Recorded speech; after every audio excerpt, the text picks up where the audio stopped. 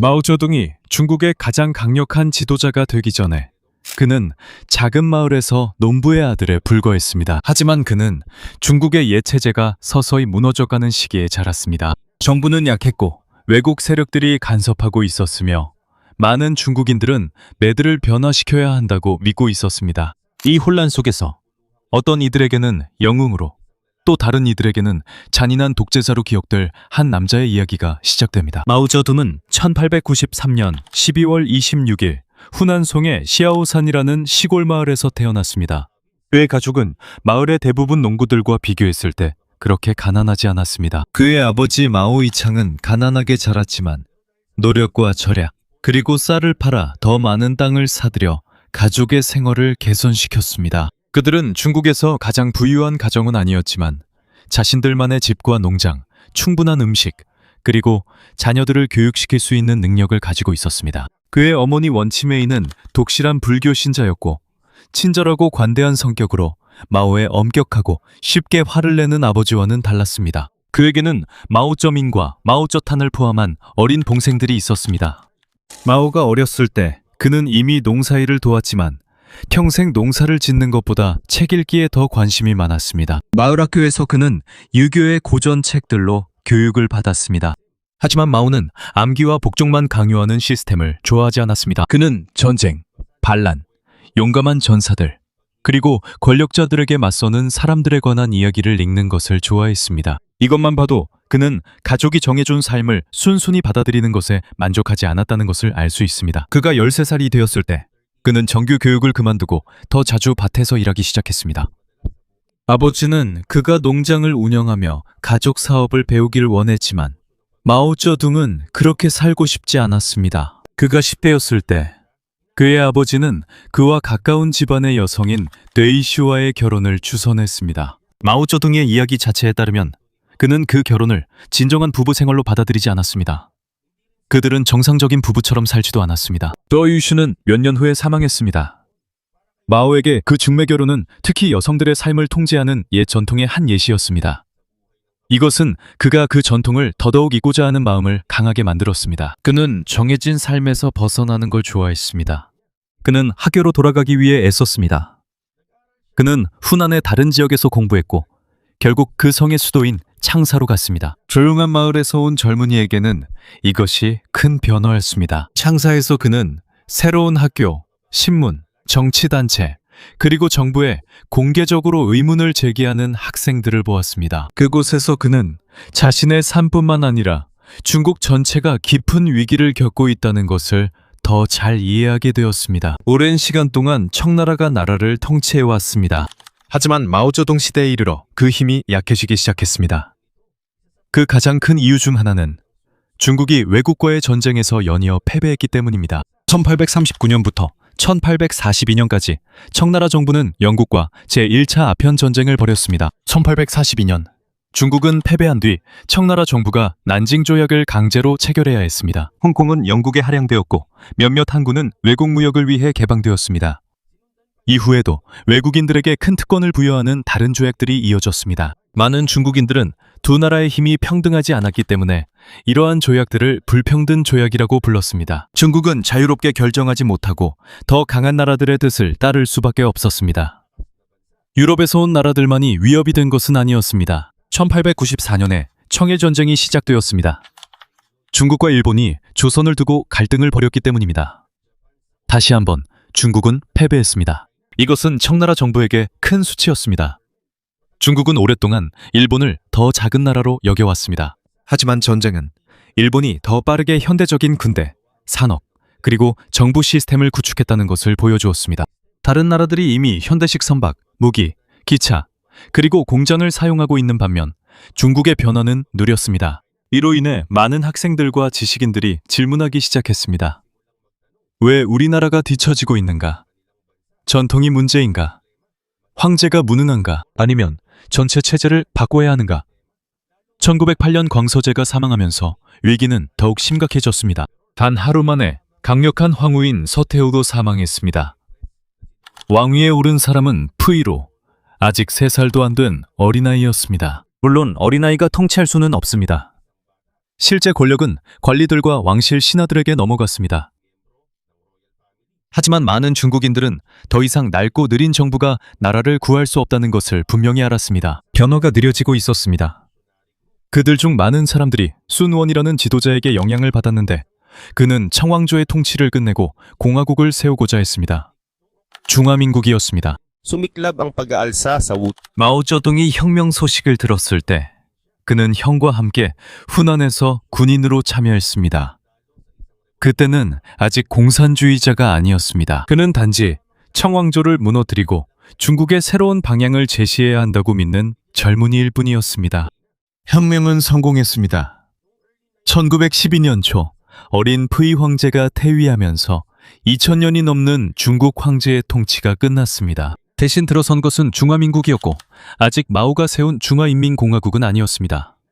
중화인민공화국은 수십 년 후인 1949년에야 세워졌습니다.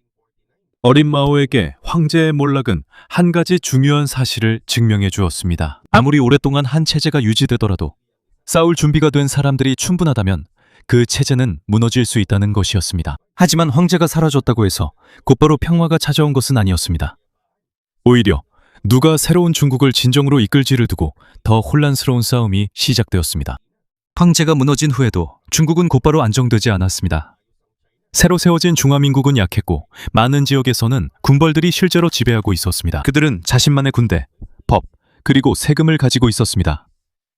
더 넓은 영토를 차지하기 위해 자주 서로 싸우기도 했습니다. 이 시기에 마오쩌둥은 후난 제1사범학교에서 계속 공부했습니다.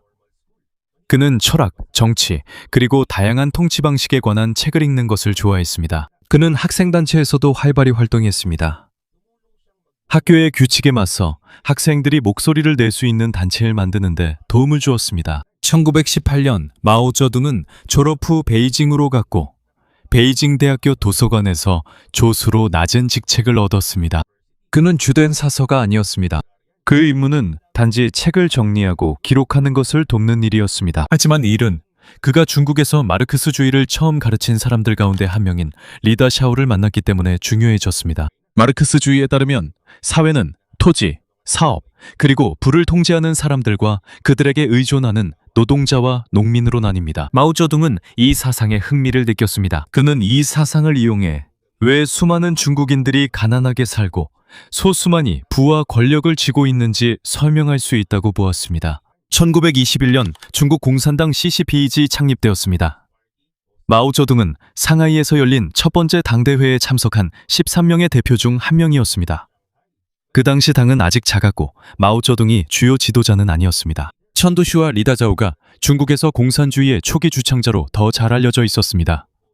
하지만 마오쩌둥은 자신의 부상에 중요한 한 가지를 눈여겨보았습니다. 다른 나라에서는 공산주의 운동이 공장 노동자들에게 초점을 맞췄지만 중국에서는 산업 노동자들보다 농민이 훨씬 더 많았습니다.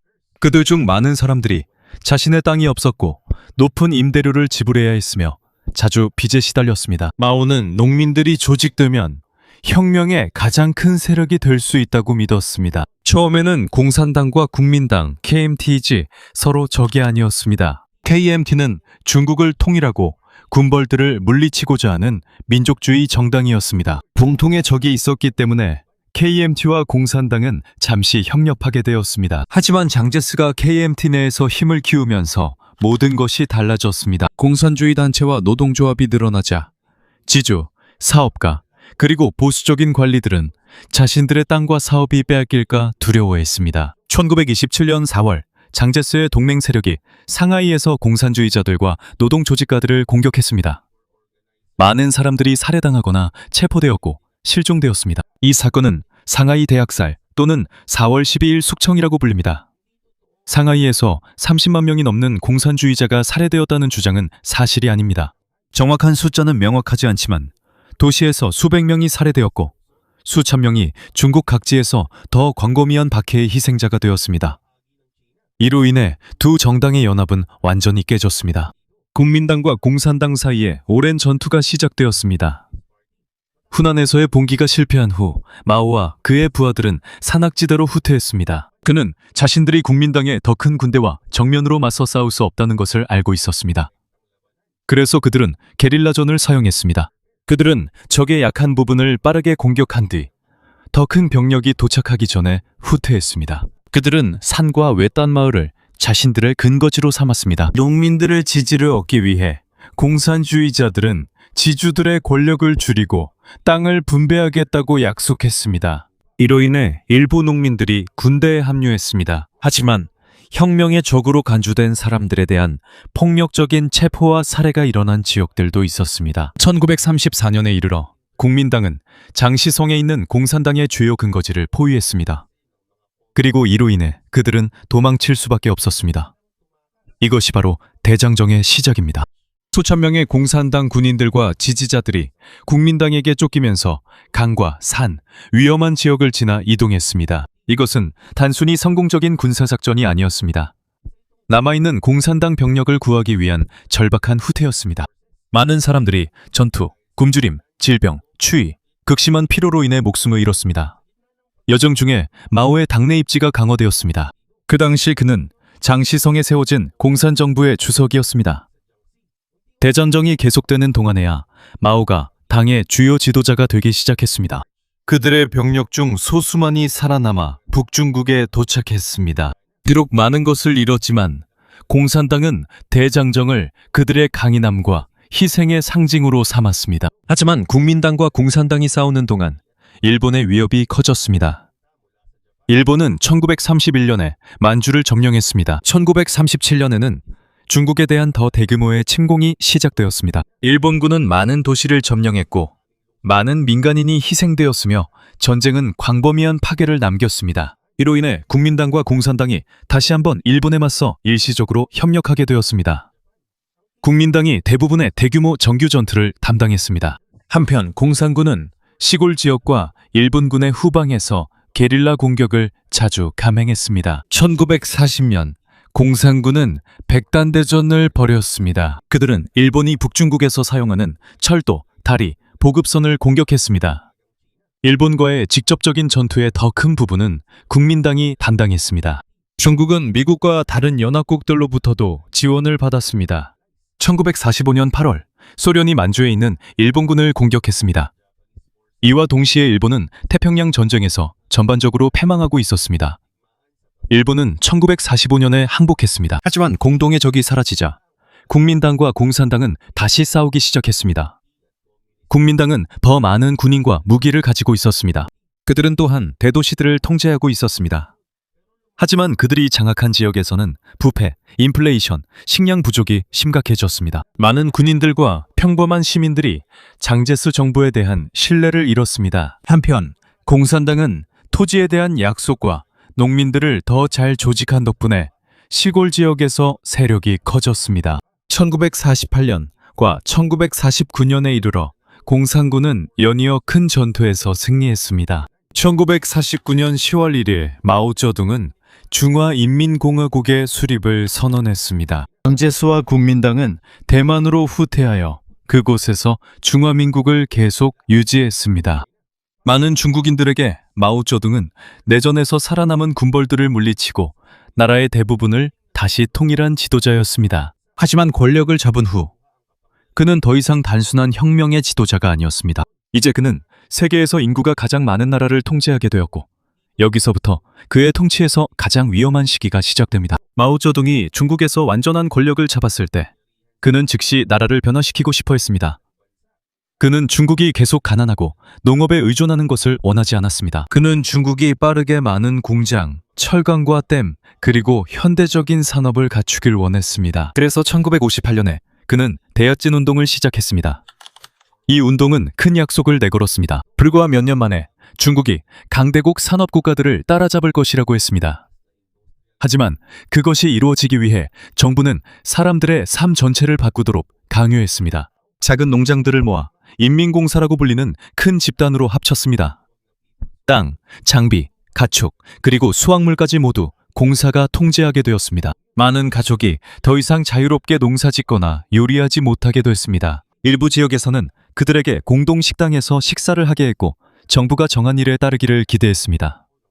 그들에게 농사일뿐만 아니라 다른 일도 시켰습니다. 평범한 사람들에게도 마을과 마당에 세운 작은 용광로에서 철을 만들라고 명령했습니다. 훈련과 적절한 장비가 부족했기 때문에 그들이 만든 많은 금속은 품질이 낮고 거의 쓸모가 없었습니다. 더 나쁜 것은 많은 농부들이 철 생산, 댐 건설 및 기타 프로젝트에 동원되어 자신의 농지를 떠나야 했다는 점입니다. 그래서 정부가 산업 목표를 높이는 동안 실제로 농사를 짓고 수확하는 사람들은 줄어들게 되었습니다. 지방 관리들도 엄청난 압박을 받았습니다.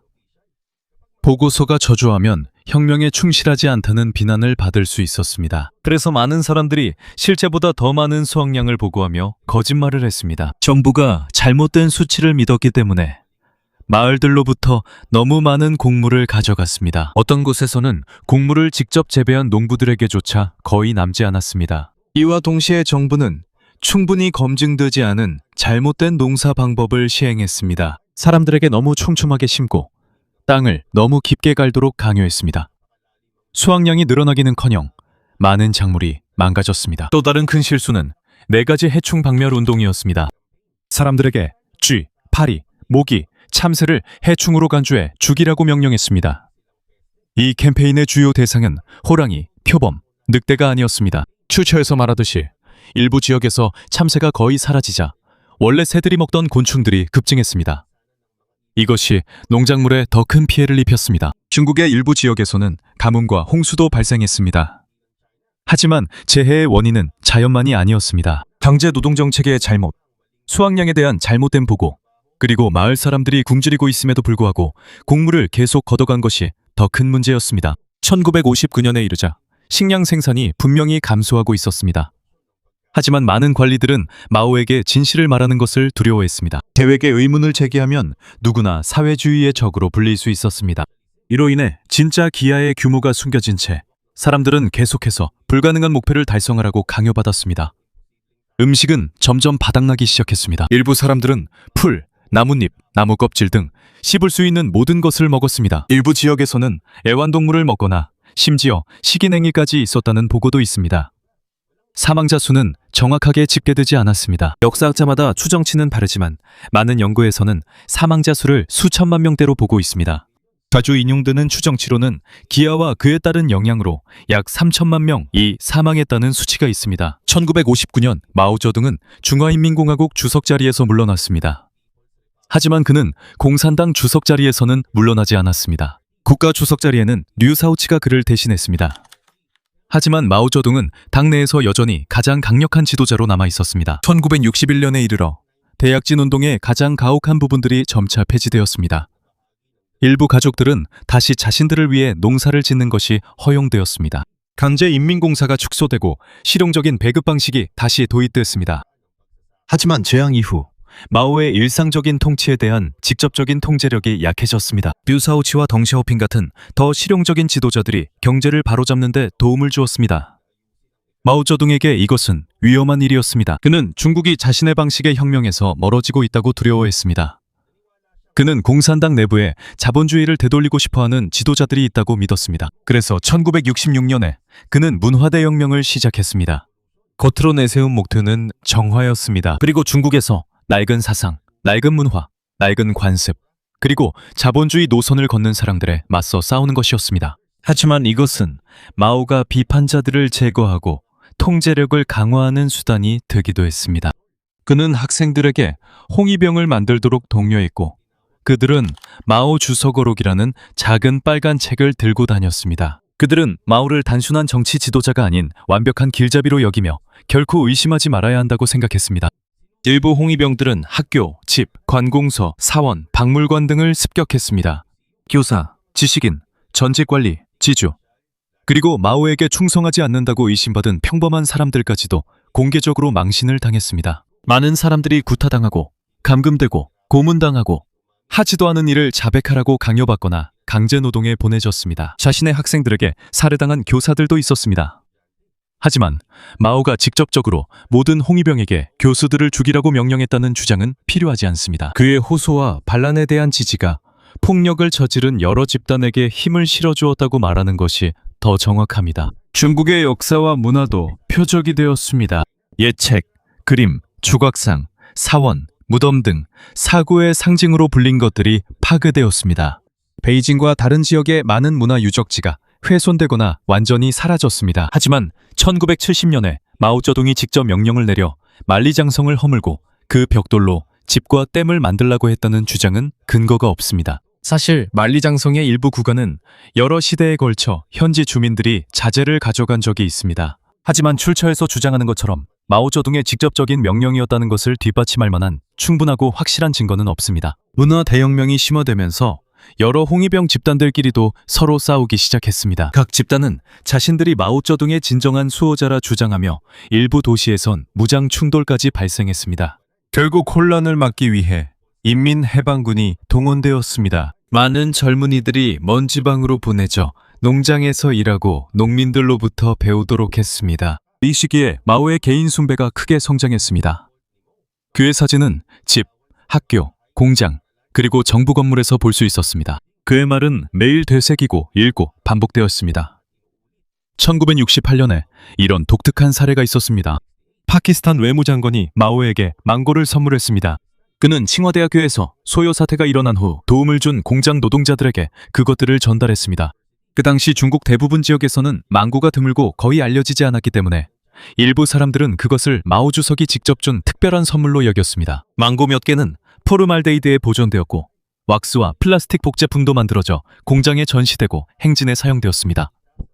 사실 중요한 것은 과일 자체가 아니었습니다. 망고는 마오 주석이 노동자들을 사랑한다는 상징으로 사용되었습니다. 이것은 선전이 얼마나 강력했는지, 그리고 그의 인물 숭배가 얼마나 깊었는지를 보여줍니다. 뚜초에 따르면 한 남성이 망고를 고구마에 비유했다가 살해당했다는 주장도 있습니다.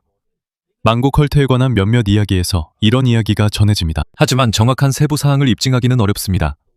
그래서 이것을 확실히 일어난 일로 제시해서는 안 됩니다. 외교 정책에서는 중국이 소련과 거리를 두었습니다.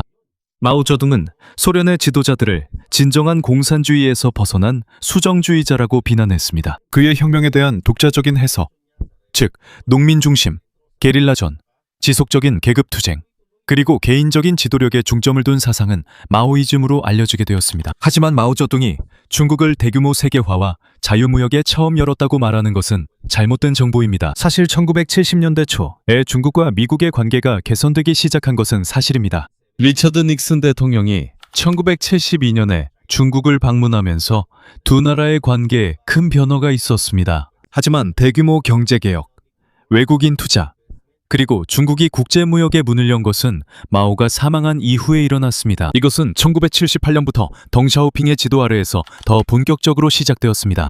그러한 개혁들이야말로 문화 대혁명이 아니라 중국 현대 경제의 빠른 성장에 큰 기반이 되었습니다. 마오와 헨리 키신저가 1973년에 나눈 독특한 대화는 사실입니다. 미국 정부의 공식 기록에 따르면 마오는 중국이 미국에 1,000만 명의 여성을 보낼 수 있다고 농담을 했습니다. 방안에 모두가 웃었으니 이것은 진지한 거래 제안이 아니었습니다. 출처에서 보여주듯이 이것은 외교회의에서 나온 무례하고 조롱하는 농담이었습니다. 또한 청결에 관한 개인적인 이야기들도 많습니다. 성적 관계와 정구, 그리고 학대에 관한 이야기들도 있습니다. 이들 대부분은 회고록과 여전히 역사가들 사이에서 논쟁이 되고 있는 기록에서 나온 것입니다. 그래서 출처의 모든 세부 사항을 확실한 사실로 단정해 제시하는 것은 무리가 있습니다. 특히 질병, 어린 소녀들, 그리고 그녀의 남편의 사생활에 관한 주장들은 더욱 그렇습니다. 더 명확하게 문서화된 것은 이것입니다. 마오가 나이가 들면서 그의 몸은 약해졌지만 그는 여전히 권력의 중심에 남아 있었습니다. 그는 연이어 건강 문제를 겪었고 생애 마지막 몇 년 동안 말하고 움직이는데 어려움을 겪었습니다. 이와 동시에 그의 아내 장칭을 지지하는 급진파와 나라를 바로잡으려는 더 실용적인 지도자들 사이에서 정부 내 권력 투쟁이 계속되었습니다. 9월 9일 1976년 마오쩌둥은 82세의 나이로 세상을 떠났습니다. 수많은 중국인들이 애도했습니다. 그들에게 그는 여전히 중국 본토를 하나로 묶은 지도자였습니다. 그리고 오랜 전쟁과 외세의 지배 끝에 나라의 힘을 되찾아준 인물이었습니다. 하지만 기근, 정치 숙청, 강제노동, 문화 대혁명을 겪고 살아남은 사람들에게는 전혀 다른 마오가 기억되고 있습니다. 그는 크리스탈관에 묻히지 않았습니다. 그의 시신은 방부 처리되어 티난먼 건장에 있는 영묘의 유리 진열장에 안치되었습니다. 방문객들이 여전히 그를 볼 수 있는 곳입니다. 그의 사망, 몇 주 후였습니다. 황칭과 다른 급진파 지도자들, 즉 4인방이 체포되었습니다. 새로운 정부는 점차 문화대혁명의 정책들을 끝냈습니다. 몇 년 후 공산당은 공식적으로 인정했습니다. 문화대혁명이 나라에 심각한 혼란과 피해를 가져왔다고 말입니다. 마오의 영향력이 얼마나 컸는지는 부정할 수 없습니다. 그의 통치 아래 국가는 하나의 강력한 국가가 되었습니다. 중국 본토는 하나가 되었고 많은 사람들이 기본 교육과 공공보건에 더 넓은 접근권을 갖게 되었습니다. 하지만 동시에 그의 잘못된 결정들과 강압적인 운동들은 수많은 시민들에게 굶주림, 두려움, 파괴, 그리고 죽음을 가져왔습니다. 그리고 경제 강국이 된 중국은 그의 모든 정책을 계속해서 시행했기 때문이 아닙니다. 중국이 강해진 것은 마오 시대의 가장 큰 비극을 불러온 많은 사상들을 후임 지도자들이 버렸기 때문입니다.